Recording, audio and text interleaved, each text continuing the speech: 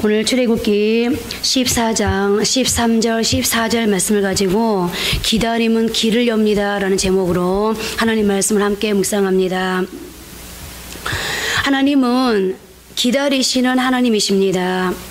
하나님은 서두르지 않으십니다. 하나님이 모세를 선택하시고 그를 하나님이 쓰실 만한 사람으로 준비시키시는데 80년이 걸렸습니다. 모세는 40년 동안 애굽 궁중에서 성장했는데 애굽 궁중에서 성장한 40년 동안 그는 아주 유능한 사람이 됩니다. 사도행전 7장 22절이 증언하는 것처럼 그는 성공적인 지도자, 싸움 잘하는 용사가 되었습니다. 그러자 그는 스스로 대단한 사람이라고 생각했고 스스로 형제인 이스라엘 자손들을 돌아볼 생각을 했습니다. 하나님께서 자신의 손을 빌어 그들을 구원할 것을 깨달으리라고 생각한 것입니다. 마흔이 되었을 때 하나님의 뜻, 즉 하나님이 그를 통해 이스라엘 민족을 애굽의 압제에서 구원하시길 원하신다는 것을 알게 된 것입니다. 그렇지만 그가 몰랐던 것은 하나님의 때였습니다. 하나님의 뜻을 안다고 해도 때를 분별하지 못하면 일을 그르치게 됩니다. 이런 말이 있습니다. 하나님의 뜻과 하나님의 때가 만났을 때 하나님의 역사는 이루어진다. 모세는 하나님보다 앞서 행했고 하나님의 때를 분별하지 못한 것과 함께 실수한 것이 있습니다. 그것은 하나님의 일을 육신의 힘과 방법으로 이루려고 했다는 것입니다. 그는 육신의 힘으로 애굽 사람을 쳐 죽임으로 그의 백성을 구원하려고 했습니다. 그의 육신의 힘은 강했습니다. 그렇지만 그가 육신의 힘으로 이룬 것은 고작 애굽 사람 한 명을 쳐 죽인 것뿐이었습니다. 그 결과 그는 동족에게 버림받고 바로 왕을 피해 도망가는 도망자의 신세가 되고 말았고, 출애굽기는 그때 그 상황을 이렇게 전해주고 있습니다. 출애굽기 2장 15절입니다. 바로가 이 일을 듣고 모세를 죽이고자 찾는지라 모세가 바로의 낯을 피하여 미디안 땅에 머물며 하루는 우물 곁에 앉았더라. 모세는 바로가 두려웠습니다. 그래서 그는 미디안 광야로 도망갔습니다. 그렇습니다. 하나님의 일은 육신의 힘으로 하는 것이 아닙니다. 폭력으로 하는 것이 아닙니다. 하나님의 일은 인간의 수단과 방법이 아니라 하나님의 힘으로 하나님을 통해서 이루어집니다. 그래서 일찍이 스가랴 선지자는 스가랴서 4장 6절 하반절을 통해 말씀하지 않았습니까? 이는 힘으로 되지 아니하며 능력으로 되지 아니하고 오직 나의 영으로 되느니라. 모세는 하나님을 위하여 일하고 자기 백성을 위하여 일할 줄 알았지만 하나님이 그를 통해 일하시도록 자신을 내어드리는 법을 배우지 못했던 것입니다. 아직은 육신의 힘이 아니라 하나님의 힘, 성령님의 힘으로 일하는 법을 배우지 않았기에 그는 하나님을 경외하기보다 사람을 두려워했습니다. 그리고 그 결과는 미디안 광야로 도망가는 것이었고 그는 거기서 40년을 기다리면서 성숙하게 됩니다. 사도행전 7장 30절 말씀 함께 보십니다. 40년이 참에 천사가 시내산 광야 가시나무 떨기 불꽃 가운데서 그에게 보이거늘. 여기서 우리가 숙고해야 할 중요한 말씀은 40년이 참에라는 말씀입니다. 40년은 짧은 세월이 아닙니다. 길고도 긴 세월입니다. 그리고 우리는 너무 잘 알고 있습니다.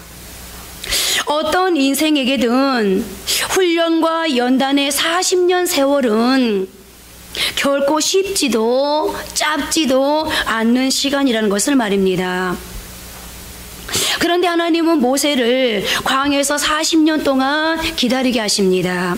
그야말로 애국 궁중학교를 졸업한 그가 입학한 학교는 광야 학교였습니다.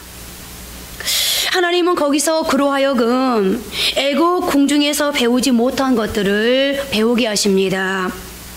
바로 공주의 아들이라는 타이틀에서 하나님의 사람으로서의 타이틀로 바꾸는 작업을 바로 이 광야에서 만들어 가신 것입니다. 요셉도 마찬가지입니다. 자신도 알지 못한 채 하나님께로부터 선택되어 보디발의 종으로 11년을, 감옥에서 2년을 평범한 한 사람으로가 아닌 하나님의 역사의 무대 위에서 쓰임받을 하나님의 사람으로 준비되어져 갑니다. 그리고 요셉은 그 시간을 기다립니다. 다윈 역시 하나님의 일방적인 선택에 의해 기름 부음을 받고 바로 그것 때문에 광야의 사람이 되어 하나님의 사람, 일국의 왕으로서의 자질을 준비하는 시간을 무려 15년 반을 거쳐갑니다. 그러면서 그는 하나님의 사람으로 준비되어지고 그리고 그 시간을 고난 속에 기다립니다. 어찌되었건 모세는 40년 광야 생활을 통해 하나님의 사람이 꼭 갖추어야 할 훈련을 받게 됩니다. 그리고 그 훈련들은 바로 이러한 것들이었습니다.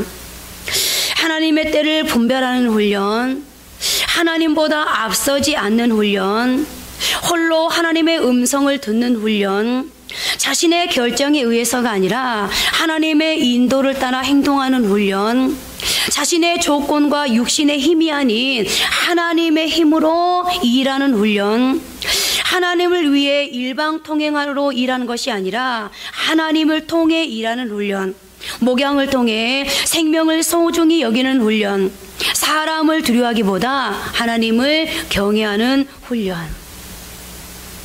이렇게 하나님은 40년 동안의 시간들을 통해 모세를 준비시키시고 시내산 가시나무 떨기 불꽃 가운데에서 성령님을 부어주신 후 40년 동안 그를 요긴하게 사용하십니다.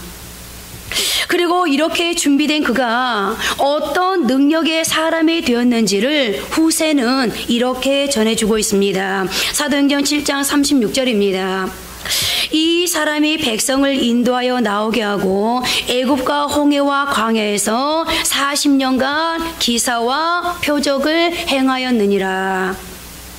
그렇습니다.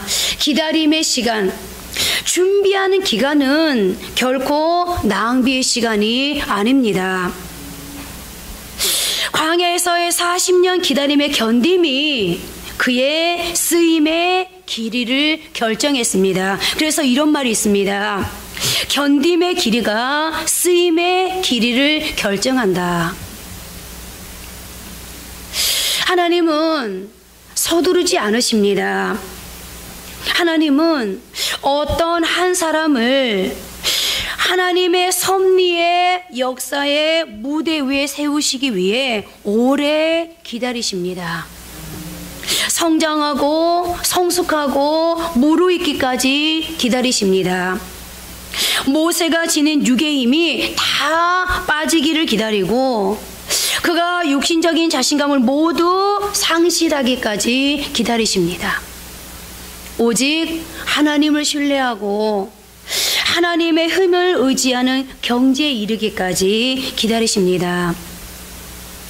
그리고 그 기다림의 시간이 찼을 때 그때 비로소 모세는 이스라엘 백성을 애굽에서 이끌어내는 영적 지도자로 쓰임받게 됩니다. 그리고 출애굽기 14장에서 볼 수 있는 이 놀라운 기적의 능력은 모세가 40년이라는 긴 세월 동안 광야에서 받았던 훈련의 열매이고 홍해를 가르는 그 놀라운 역사는 40년 동안 기다림의 양을 충분히 채울 줄 알았던 모세를 통해 이루신 하나님의 승리이며 40년의 순종의 기다림의 시간을 통해 빚어진 모세의 믿음의 반응이기도 합니다. 자, 그러면 이제부터 기다림의 양을 채운 모세가 홍해 앞에서 어떻게 반응하고 있는지, 또 이 홍해를 통해서 일하신 하나님은 어떻게 우리에게 지금 이 모세를 통해서 하나님의 일을 합력해 가고 있는지, 연합해 가고 있는지, 오늘 우리가 출애굽기 본문 14장 말씀을 보면서 우리 역시 인생의 홍해 앞에서 어떻게 반응해야 되는지, 우리의 기다림은 어떤 결과들을 가져다 주게 되는지 오늘 본문을 통해서 살펴보도록 하겠습니다. 첫째, 하나님이 진퇴양난 속으로 우리를 인도하실 때입니다. 하나님이 이스라엘 백성들을 애굽에서 이끌어내신 후 맨 처음 인도하신 곳은 진퇴양난의 현장이었습니다. 진퇴양난이란 여러분도 잘 알고 있듯이 앞으로 나아갈 수도 없고 뒤로 후퇴할 수도 없는 그런 상황을 의미합니다. 오늘 본문을 시작하고 있는 출애굽기 14장 1절 2절 말씀입니다.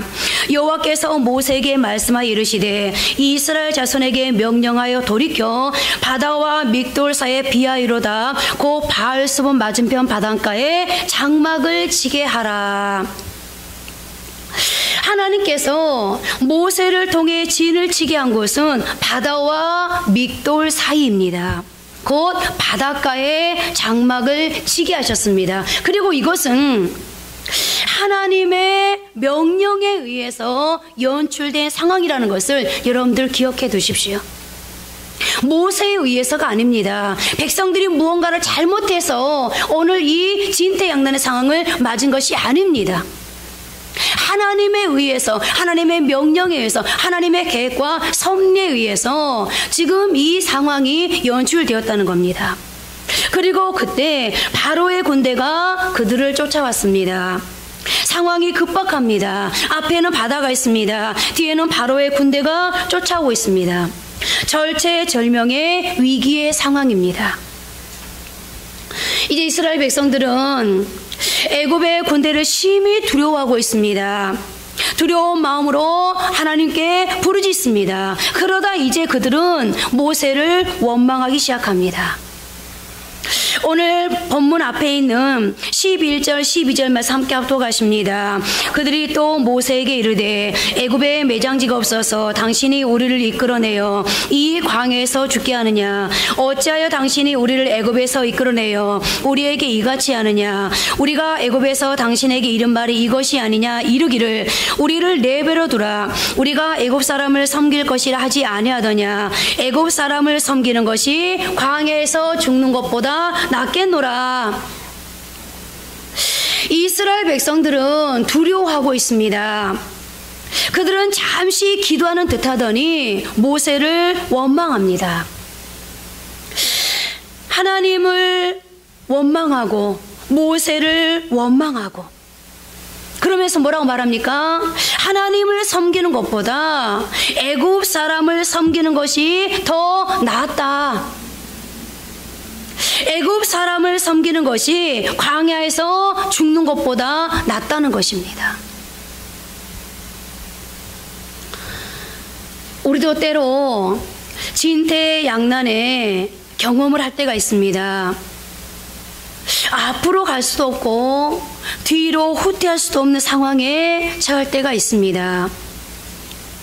그때 우리는 두려워하게 되고 하나님을 원망하게 됩니다. 아니, 어떤 경우에는 하나님을 따랐던 결정을 후회할 때도 있는데요. 그렇다면 하나님은 왜 우리를 진퇴양난의 현장으로 인도하시는 걸까요? 왜 오늘 나를 이 진퇴양난의 상황으로 인도하셨을까요? 그 이유는 한 가지. 그 과정을 통해 우리의 믿음을 키우시기 위함입니다. 하나님의 능력을 경험하고 하나님의 영광을 보게 하기 위해서 그리하시는 것입니다. 그런데 우리는 하나님의 그 마음을 모르고 우선 두려워하고 원망하는 것인데요. 여기서 우리는 이스라엘 백성들과 모세의 차이를 발견하게 됩니다. 이스라엘 백성은 눈을 들어 바로와 그의 군대를 바라보았습니다. 반면에 모세는 눈을 들어 하나님을 바라보았습니다. 똑같은 상황이지만 바라보는 대상이 달랐습니다.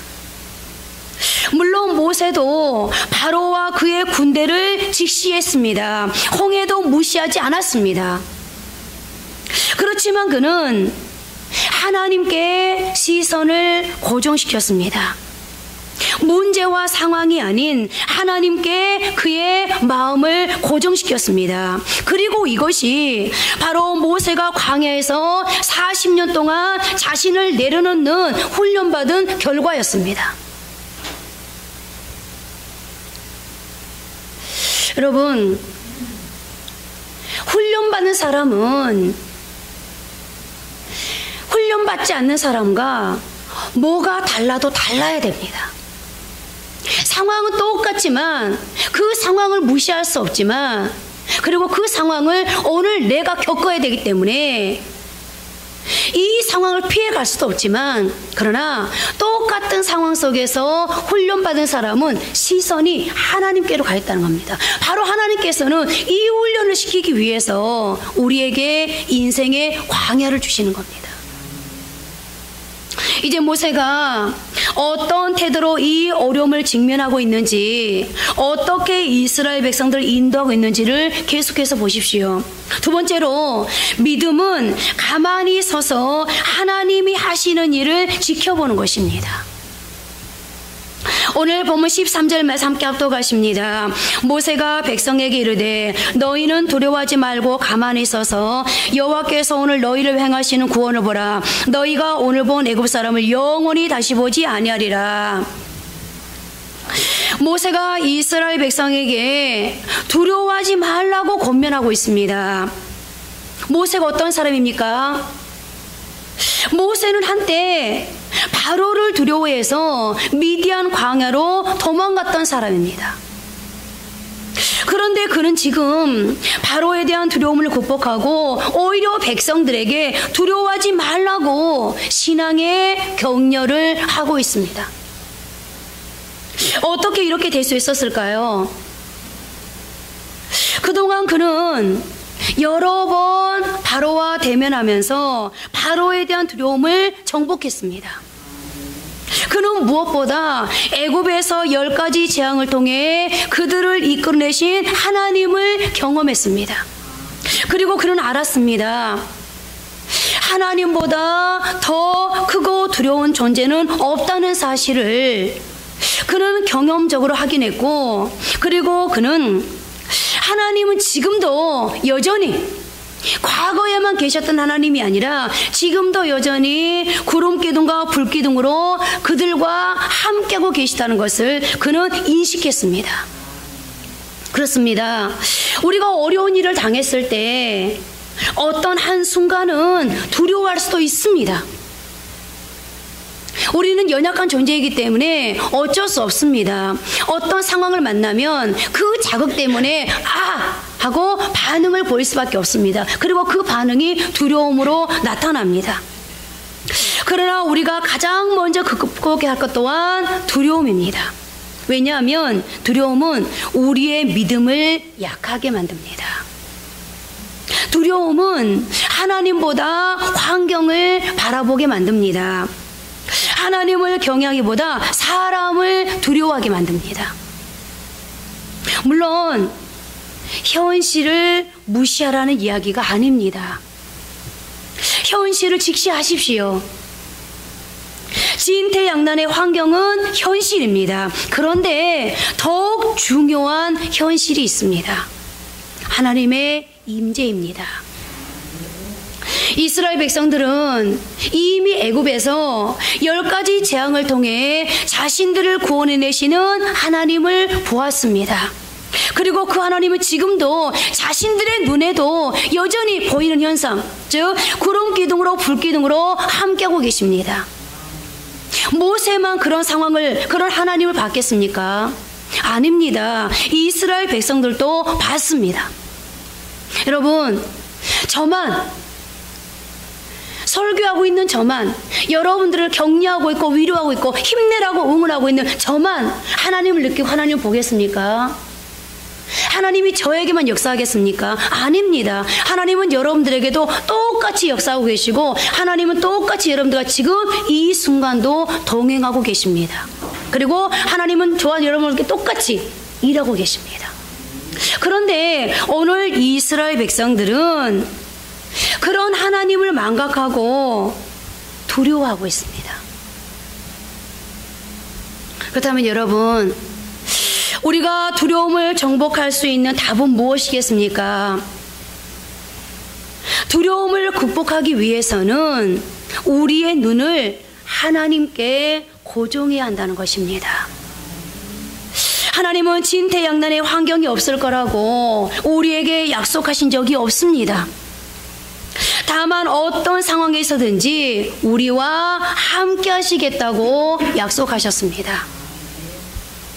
믿음이란 바로 그 하나님의 약속과 함께 그 약속을 성실히 이행하시는 하나님의 임재를 믿고 진행하는 것입니다. 오늘 다시 그 하나님의 약속과 함께 지금도 내 삶 속에서 여전히 동행하고 계시는 하나님의 현존하심을 믿고 두려움을 극복하실 수 있기를 바랍니다. 그리고 이제 두려움을 정복한 다음에 우리가 할 일은 가만히 서서 하나님이 하시는 일을 바라보는 것입니다. 하나님이 우리를 대신해서 싸우시는 모습을 지켜보는 것입니다. 오늘 본문 14절입니다. 여호와께서 너희를 위하여 싸우시리니 너희는 가만히 있을지니라. 어떻게 모세가 이런 믿음을 가질 수 있었을까요? 다시 말씀드립니다만 모세는 애굽에서 바로와 싸울 때 모세 자신이 싸우는 것이 아니라 하나님이 친히 싸우시는 것을 보았습니다. 그는 오로지 하나님이 하실 일을 선포한 것뿐이었습니다. 그리고 그는 지금 이 홍해 앞에서도 하나님이 그리하실 것을 믿었습니다. 그래서 그는 지금 가만히 있어서 하나님이 하시는 일을 지켜보고 있는 것입니다. 하나님의 인도하심을 기대하고 있는 것입니다. 근데 여러분, 과거의 모세는 어떤 사람이었습니까? 그는 기다리지 못했던 사람이었습니다. 자신이 가지고 있는 육신의 힘으로 자신이 직접 처리하려고 했던 그런 사람이었습니다. 지켜보는 사람이 아닌 자신이 직접 일하려고 했던 사람입니다. 그런데 그는 지금 자신이 인도하는 백성들 앞에서 가만히 서서 하나님의 일하심을 지켜만 보라고 말하고 있습니다. 그리고 이것이 바로 연단받은 사람들의 모습입니다.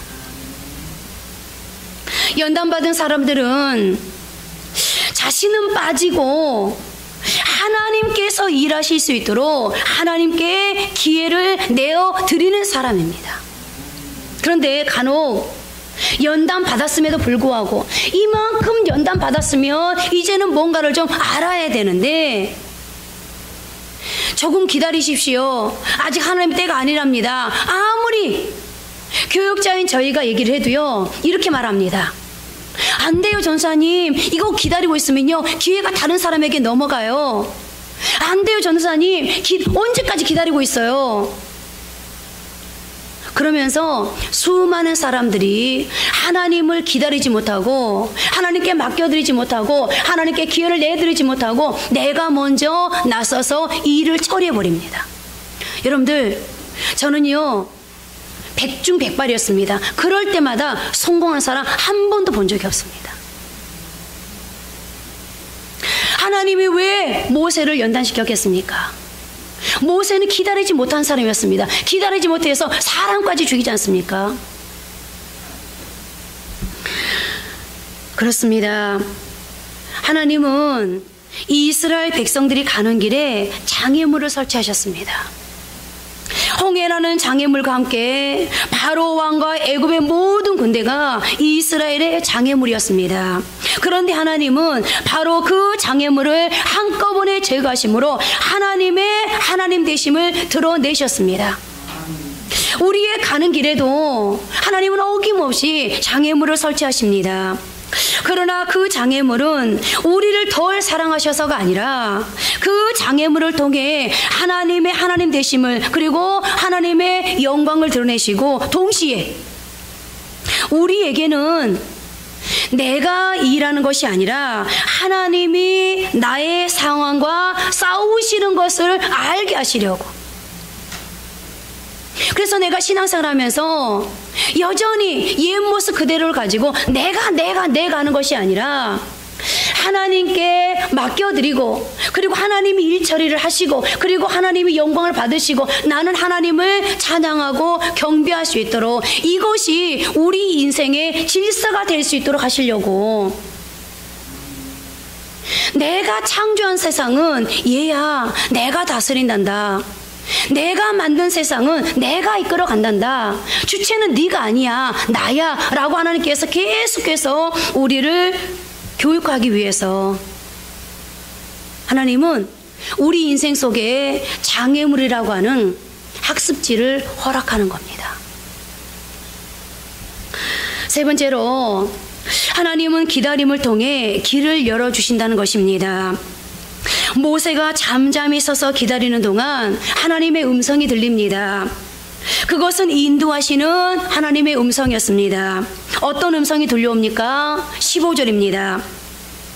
여호와께서 모세에게 이르시되 너는 어찌하여 내게 부르짖느냐 이스라엘 자손에게 명령하여 앞으로 나아가게 하고. 하나님은 먼저 이스라엘 자손을 명하여 앞으로 나아가게 하라고 명하십니다. 그렇습니다. 믿음이란 길이 보이지 않아도 한 걸음을 내딛는 것입니다. 하나님의 말씀에 순종하는 것입니다. 갈 바를 알지 못하고 순종하여 떠났던 아브라함처럼 말씀에 순종해서 첫 발을 내딛어야 길이 열립니다. 왜 그렇습니까? 하나님은 우리가 볼 수 없는 길을 보고 계십니다. 홍해는 출렁이고 있습니다. 그런데 하나님은 그 출렁이는 홍해 가운데에 길이 나 있는 것을 보고 계셨습니다. 그리고 모세에게 명하십니다. 지팡이를 들고 손을 바다 위로 내밀어 그것을 갈라지게 하라. 이스라엘 자손이 바다 가운데서 마른 땅으로 행하리라. 지팡이를 든 손을 홍해 위로 내밀어 바다를 갈라지게 하라는 것입니다. 그러면 이스라엘 자손이 바다 가운데서 육지로 행하리라고 말씀하십니다. 하나님은 어느 누구도 이전에 어느 누구도 생각지 못했던 아이디어를 가지고 계셨습니다. 오늘 출애굽기 14장 19절 20절 말씀 함께 합독하십니다. 이스라엘 진 앞에 가던 하나님의 사자가 그들의 뒤로 옮겨가매 구름 기둥도 앞에서 그 뒤로 옮겨 애굽진과 이스라엘 진 사이에 이르러 서니 저쪽에는 구름과 흑암이 있고 이쪽에는 밤이 밝음으로 밤새도록 저쪽이 이쪽에 가까이 못하였더라. 모세가 지팡이를 들고 홍해 앞에 서기 전에 하나님은 자기 백성들을 보호하시기 위해 하나님의 사자와 구름 기둥을 먼저 움직이고 계셨습니다. 아멘. 무슨 말입니까?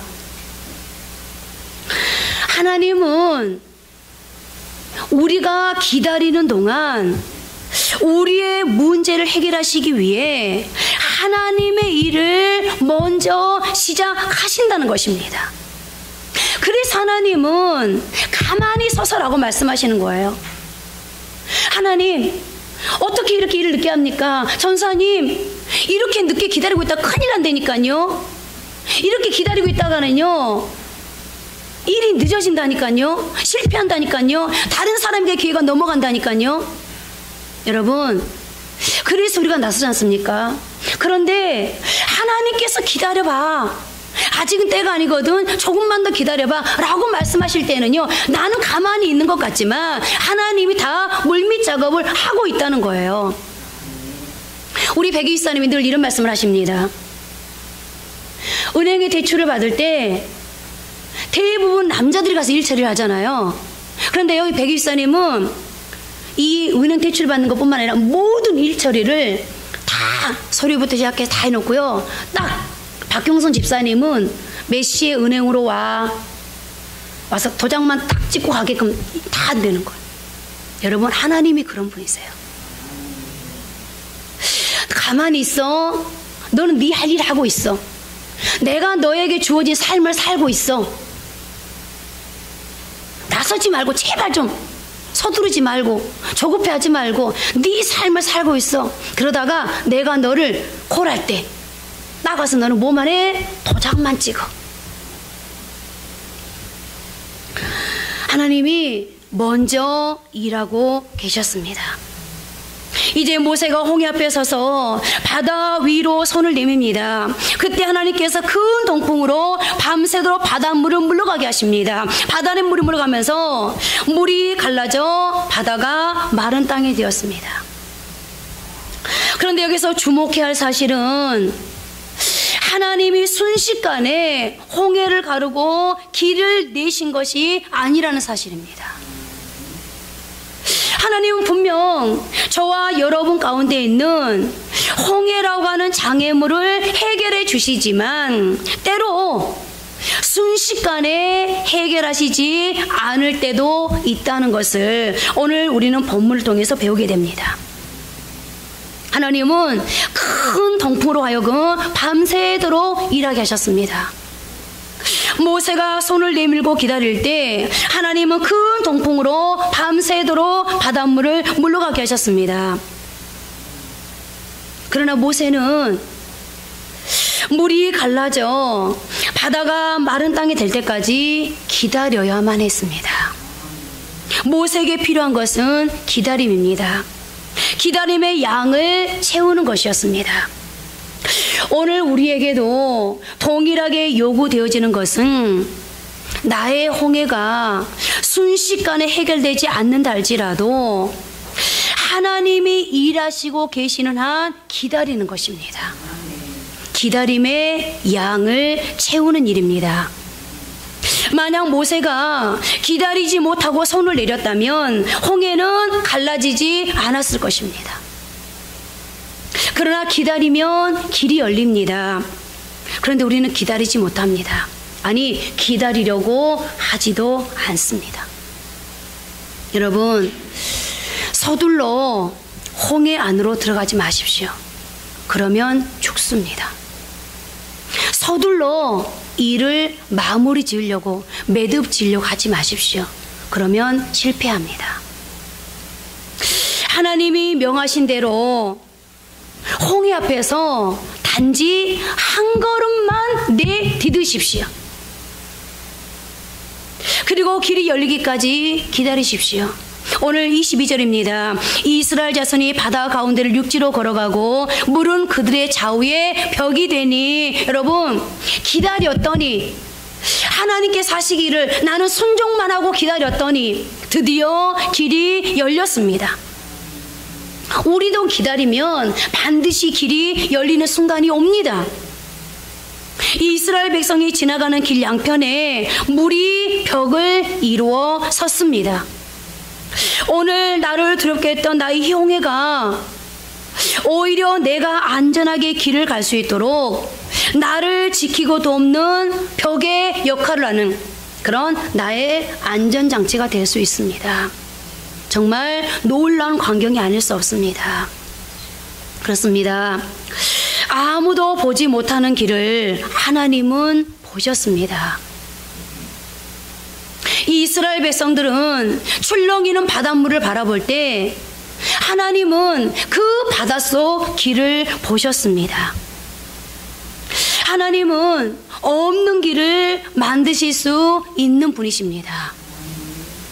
단 한 번 사용하고 말 길도 만드시는 분이 바로 하나님이십니다. 이스라엘 백성들은 진퇴양난의 상황에서 아무것도 볼 수 없었습니다.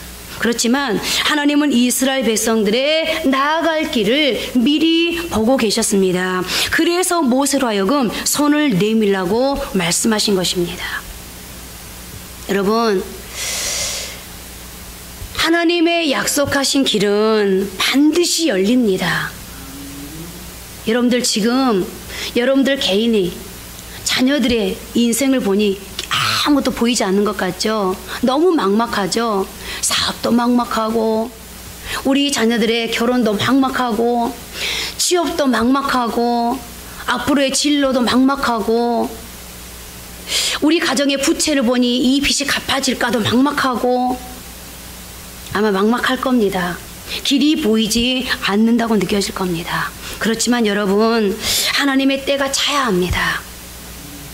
길이 열리기 위해서는 시간이 필요하고, 길이 열리기 위해서는 기다림이 필요합니다. 그러나 길이 열렸다고 모든 문제가 해결된 것이 아닙니다. 여전히 애국 군대가 그들의 뒤를 쫓아 바다 가운데로 들어오고 있습니다. 무슨 말입니까? 길이 열렸다고 방심해서는 안 된다는 것입니다. 단계가 있습니다. 적은 여전히 기회를 노리고 있습니다. 무섭게 공격해 오고 있습니다. 그러므로 우리는 여전히 우리의 홍해를 건널 때 나의 눈을 들어 끝까지 주님을 주시하고, 주님을 주목하고, 주님께 시선을 고정시키고 있어야 합니다. 사탄, 즉 방해꾼을 인식하되 두 눈은 주님을 바라보고 있어야 한다는 것입니다. 바울은 우리 인생의 방해꾼인 사탄에 대한 예리한 통찰력을 가지고 사탄에 대한 많은 이야기를 했습니다. 하지만 그는 언제나 그리스도께 초점을 맞추고 있는 것을 발견할 수 있는데요. 바울은 바울 서신 전체를 통해 예수님이라는 단어는 219회, 주님이라는 단어는 272회, 그리스도라는 단어는 389회를 언급하고 있습니다. 그런 반면 사탄이라는 단어는 10회 10번, 마귀라는 단어는 6회 6번 정도로 언급하고 있습니다. 무슨 말입니까? 아무리 사탄의 존재가 우리의 인생에 위협을 가하고 그 사탄의 방해로 우리의 삶이 무너지고 와야 될 것 같아도 결국 예수님의 능력 앞에는 아무것도 아니라는 것입니다. 880대 16. 여러분, 사탄은, 마귀는 아무것도 아닙니다. 그러므로 여러분, 처한 상황이 악화될 때도 두려워하지 마십시오. 홍해와 바로의 군대 사이에서 꼼짝 못하고 갇혀있다고 느낄 때도 주님을 바라보며 담대하십시오. 맹렬한 공격을 받고 있다고 느낄 때 그 뒤에서 활동하는 사탄을 인식하십시오. 하지만 두 눈은 더 큰 힘과 능력을 가진 그리스도를 주시하십시오. 그때 주님께서 우리를 지켜주십니다. 그때 주님께서 우리에게 길을 열어주십니다. 이스라엘 백성들이 홍해를 건너는 동안 모세는 기도를 멈추지 않았습니다. 그는 긴장을 풀지 않았습니다. 그렇게 그가 하나님을 바라보는 동안 하나님께서는 애국 군대를 완전하게 물리치셨습니다. 여러분, 출애굽기 14장의 결론을 보십시오. 30절 31절 말씀 함께 합독하십니다. 그날에 여호와께서 이같이 이스라엘을 애굽 사람의 손에서 구원하시매 이스라엘이 바닷가에서 애굽 사람들이 죽어 있는 것을 보았더라. 이스라엘이 여호와께서 애굽 사람들에게 행하신 이 큰 능력을 보았으므로 백성이 여호와를 경외하며 여호와와 그의 종 모세를 믿었더라. 아멘. 이제 마지막 네 번째로, 길이 열릴 때 하나님께 영광을 돌리십시오.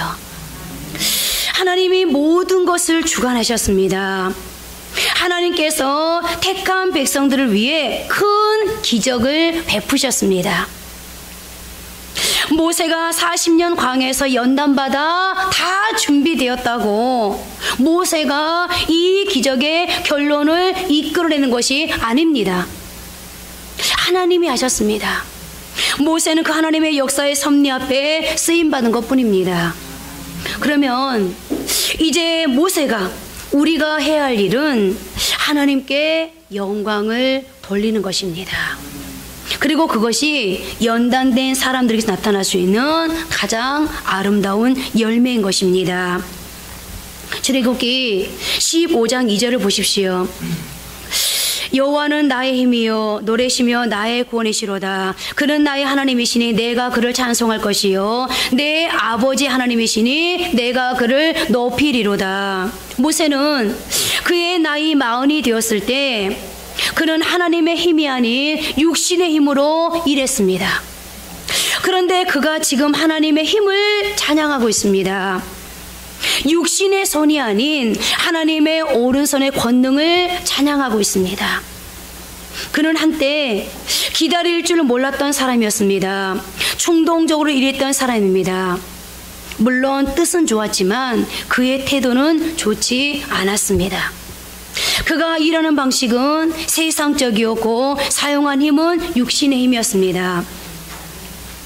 그러나 하나님은 광야에서 그의 육신의 힘을 빼셨습니다. 인간적인 야심과 충동적인 삶의 방식을 무너뜨리셨습니다.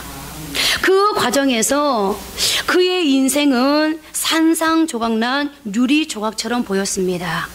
그렇지만 그가 자신을 하나님께 다시 맡길 때 하나님은 그의 인생을 이전보다 더욱 아름답게 만드셨습니다. 그리고 결국 그로 하여금 하나님을 찬양하고 경배하는 진짜 하나님의 사람으로 이끌어 가셨습니다. 이제 말씀을 맺겠습니다.